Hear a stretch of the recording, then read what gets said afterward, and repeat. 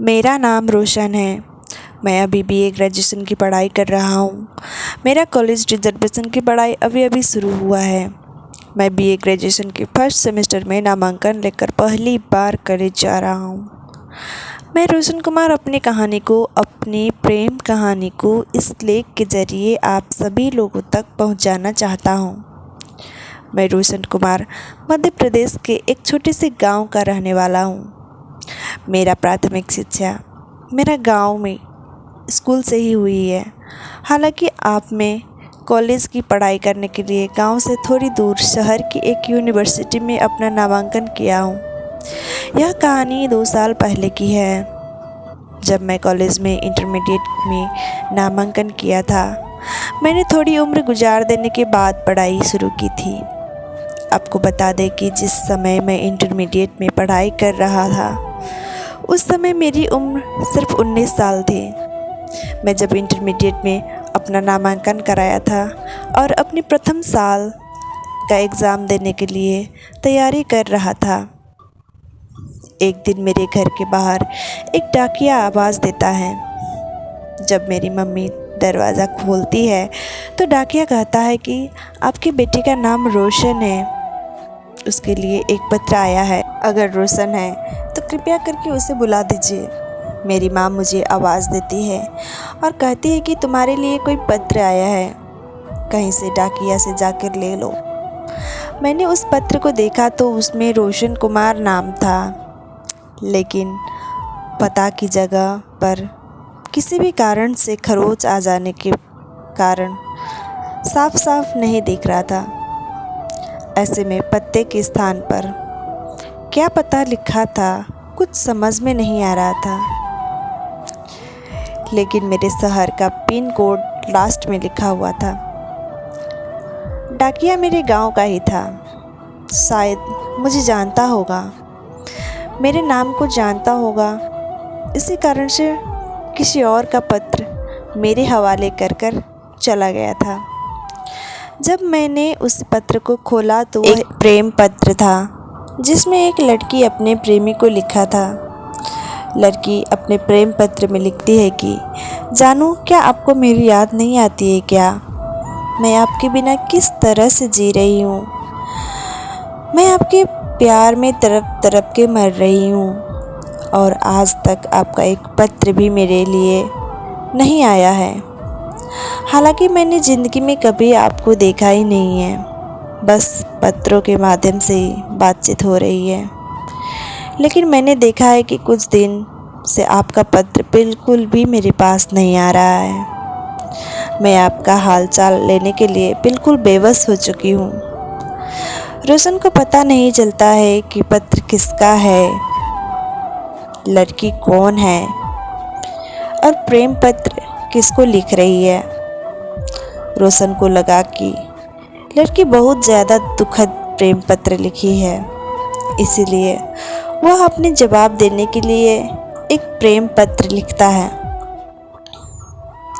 और उसमें कहता है कि मुझे कुछ काम था, इसी कारण से मैं तुम्हें पत्र भेजना भूल गया था।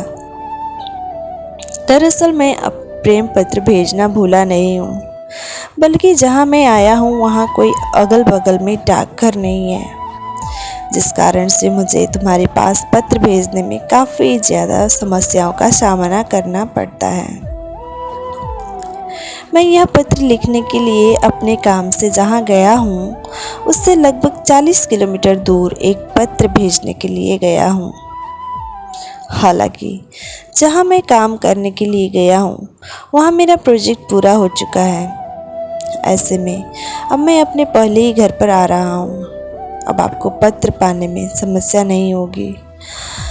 रोशन अपने हाथ से यह पत्र लिखता है और डाकघर में जाकर लड़की के पते पर भेज देता है। कुछ दिनों के बाद रोशन को फिर से एक पत्र मिलता है, जिसमें प्रेम भरी बातें और बहुत सारी मिठास लिखी हुई थी।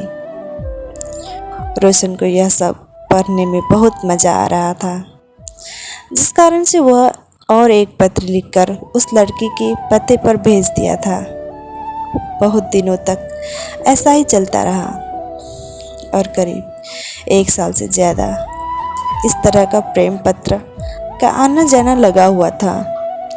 अब मुझे भी उस लड़की से थोड़ी थोड़ी प्यार होने लगा थे। उस समय मेरे पास तथा मेरे घर में एक मोबाइल भी था तथा टेलीफोन भी था, लेकिन मैंने कभी भी इसका जिक्र उस लड़की से नहीं किया था। हो सकता है कि उस लड़के के घर में टेलीफोन या मोबाइल हो, लेकिन हमारा बातचीत सिर्फ प्रेम पत्र के द्वारा ही हुआ करता था। मैंने भी कभी कभी उस लड़की से फ़ोन पर बात करने के बारे में सोचा भी नहीं। प्रेम पत्रों का आना जाना चालू ही रहा था। अचानक एक दिन मुझे पत्र मिलता है। इसमें लड़की का पत्र मिला। उसमें लिखा हुआ था कि मैं आपसे मिलना चाहती हूँ, क्योंकि अब मेरी शादी की उम्र होती जा रही है। मैं ज़िंदगी में किसी से शादी नहीं कर सकती हूँ। मैंने आपसे ही प्यार किया है और चाहे कुछ भी हो, आपसे ही शादी करूँगी। इतना सुनते ही मेरा होश उड़ गया था, क्योंकि वह लड़की के साथ पत्र लिख रही थी। मुझे नहीं पता था कि गलती से मेरे पास आ गया था और उसी दिन से मैं उससे बात करने लगा था। ऐसे में जब मैं उससे मिलूँगा तो वह मुझे पहचान सकती है। उसे काफ़ी ज़्यादा दुख हो सकता है। यह बात सोचकर मैंने उस लड़की को कहा कि मैं अभी नहीं मिल सकता हूँ और अभी शादी भी नहीं कर सकता हूँ, ताकि वह लड़की मेरा पीछा छोड़ दे और कहीं और शादी करने के लिए राज़ी हो जाए। लेकिन वह लड़की बहुत ज़्यादा ज़िद्दी, वह लड़की की कसम खा कर बोली कि मैं शादी करूँगी तो आपसे ही, वरना ज़िंदगी भर कुंवारी रहूँगी। फिर कुछ दिन बाद लड़की प्रेम पत्र लिखती है कि मुझे मिलना है। मैं अब सोच लेता हूँ कि जो होगा देखा जाएगा, चलो एक बार मिलने का प्रयास करते हैं। दूसरी बार मैंने प्रेम पत्र लिखा और उसके जवाब में कहा कि ठीक है, मैं तुमसे मिलना चाहता हूँ। तुम अगले पत्र में मिलने का पता और जगह भेजना, लिखकर मैं वहाँ आ जाऊँगा। लड़की एक ऐसी ही करती है। वह पत्र के जवाब में किसी खास तारीख को किसी जगह पर किसी खास समय पर उसे बुलाने के बारे में प्रेम पत्र लिखकर भेज देता है। जिस दिन लड़की उससे मिलना चाह रही थी, उस दिन मैं बिल्कुल ही अच्छे अच्छे कपड़े पहनकर उस जगह पर लड़की से मिलने चला गया था। लड़की उस जगह पर पहले ही आ चुकी थी। मैं काफ़ी लेट से गया। मुझे लग रहा था कि उस लड़की को आने में ज़्यादा लेट हो जाएगी, क्योंकि मुझे पता नहीं था कि उस लड़की का कर्मा से कितना दूर है। इसी कारण से मुझे थोड़ा लेट ही पहुंचना था। जैसे ही मैं उस जगह पर पहुंचा तो देखा कि एक बहुत खूबसूरत लड़की उस जगह पर खड़ी थी। मैंने लड़की का नाम पूछा तो उन्होंने सही सही बताया। उन्होंने भी पूछा तो मैंने अपना नाम रोशन बताया। लड़की मुझे देखते ही मेरे गले लगकर रोने लगी थी। रोते हुए वह बोल रही थी कि मैं कितने दिन आपके लिए कितने बार रोया करती थी। आप आज हमसे मिलने आए हैं। आज के बाद हम दोनों कभी अलग नहीं होंगे। इतना कहकर मेरे गले लगकर रोने लगी थी, लेकिन मैंने उसके आंसू पोंछते हुए उसे चुप कराया और उसे यह एहसास दिलाया कि मैं अब उसके बिना कभी नहीं जाऊंगा।